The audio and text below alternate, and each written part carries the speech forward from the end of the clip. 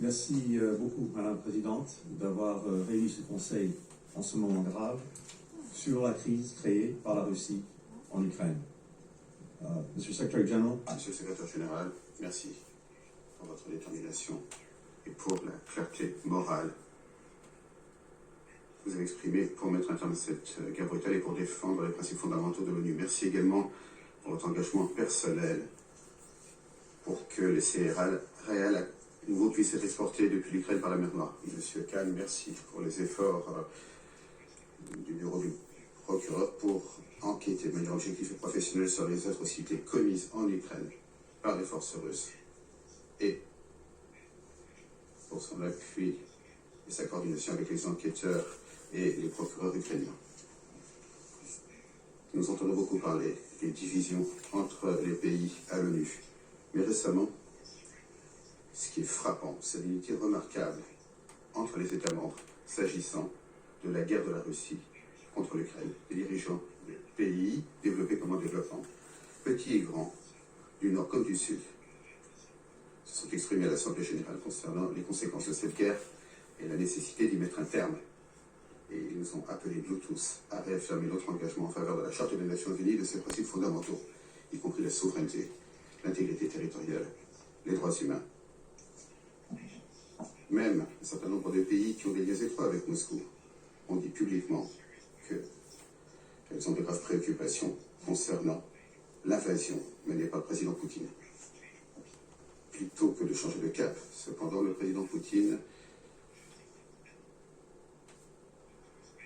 a décidé d'aller encore plus loin, a décidé non pas de mettre un terme à la guerre, mais de l'étendre. Il n'a pas rappelé ses forces, mais il a appelé 300 000 soldats supplémentaires. Il a choisi non pas d'apaiser les tensions, mais de mener une escalade avec la menace de recours à l'arme nucléaire.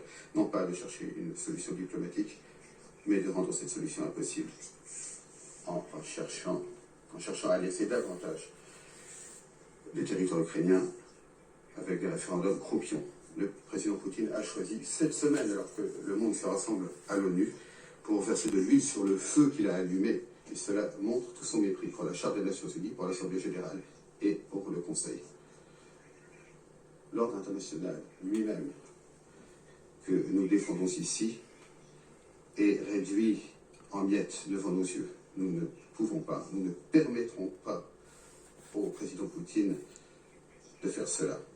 Défendre la souveraineté et l'intégrité territoriale de l'Ukraine, c'est bien plus que défendre le droit d'un pays à choisir sa voie, même si ce droit est fondamental. Il s'agit également de protéger l'ordre international dans lequel aucun pays ne peut changer les frontières d'un autre pays par la force. Si nous n'arrivons pas à défendre ce principe, quand le Kremlin le viole de manière aussi flagrante, nous envoyons un message aux agresseurs partout. Eux aussi peuvent l'ignorer. Chaque pays est alors en danger et nous ouvrons la porte à un monde moins sûr et moins pacifique. Et nous savons à quoi ressemble ce monde. Nous le voyons dans les régions d'Ukraine contrôlées par les forces russes. Partout où les Russes se retirent, nous découvrons les horreurs qu'ils laissent dans leur sillage. J'ai vu cela à Irpin il y a quelques semaines. J'ai rencontré des enquêteurs ukrainiens qui recueillaient les preuves des crimes de guerre. J'ai vu des trous béants dans des immeubles d'habitation créés par des obus russes. C'était au minimum un usage aveugle de la force, au pire c'était délibéré. Alors que nous sommes ici, les enquêteurs ukrainiens continuent à retirer des corps d'Izium, une ville contrôlée par les forces russes pendant 6 mois avant la contre-offensive ukrainienne. Dans un site, il y avait 450 tombes anonymes. Sur les corps, il y avait des signes de torture. Il y avait notamment une victime avec un bras cassé et une corde autour du cou.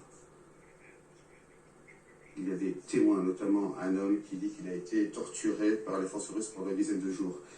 Ces interrogateurs l'ont électrocuté. Il a dit qu'il l'avait passé à tabac au point où il ne ressentait plus rien. Fin de citation. Il ne s'agit pas ici d'actes d'unité voyous. C'est quelque chose qui se répète dans les territoires contrôlés par les forces russes. C'est l'une des nombreuses raisons pour lesquelles nous soutenons de nombreux efforts nationaux et internationaux pour examiner les preuve des crimes de guerre de la Russie en Ukraine. Les auteurs de ces crimes doivent être traduits en justice. C'est également l'une des raisons pour lesquelles plus de 40 pays se sont rassemblés pour aider le peuple ukrainien à se défendre. Un droit consacré dans l'article 51 de la Charte des Nations Unies.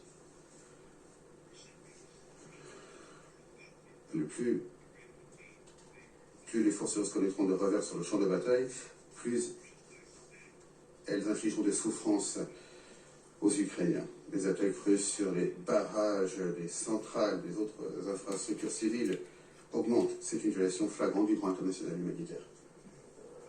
Cette semaine, le président Poutine a dit que la Russie n'hésiterait pas à avoir recours, je cite, à tous les systèmes d'armement disponibles. Fin de citation, en réponse à une menace à son intégrité territoriale. Une menace qui est d'autant plus présente étant donné que la Russie a l'intention d'annexer une grande partie du territoire ukrainien dans les jours à venir. Quand ce sera fait, le président Poutine pourra dire que toute tentative de libérer ces terres serait une attaque contre le territoire russe, soi-disant. Cela vient d'un pays qui, en janvier, ici, s'est joint aux autres membres permanents du Conseil de sécurité et a signé une déclaration affirmant, je cite, que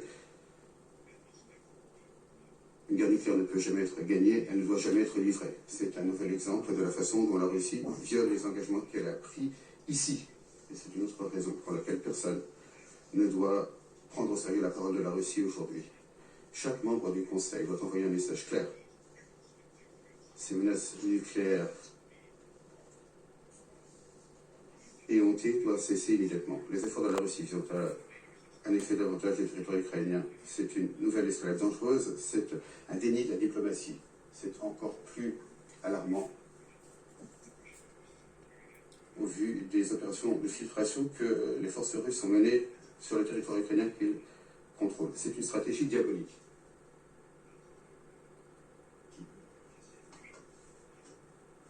Qui expulse de leur foyer des milliers d'Ukrainiens. On les expulse du territoire. Ensuite, on convoque un Russe pour que ces territoires rejoignent la Fédération de Russie. C'est exactement ce qui s'est passé en Crimée, d'ailleurs. Tout comme avec la Crimée, il est impératif que chaque membre de ce Conseil, et d'ailleurs, chaque membre de l'ONU, rejette ces référendums croupions et déclare clairement que tout le territoire ukrainien est et restera une partie de l'Ukraine. Et aucune affirmation de la Russie disant qu'elle annexe un territoire ne peut aller à l'encontre du droit de l'Ukraine de défendre son territoire. Les actes de Poutine empêchent le Conseil, le système des Nations Unies, de travailler sur les questions très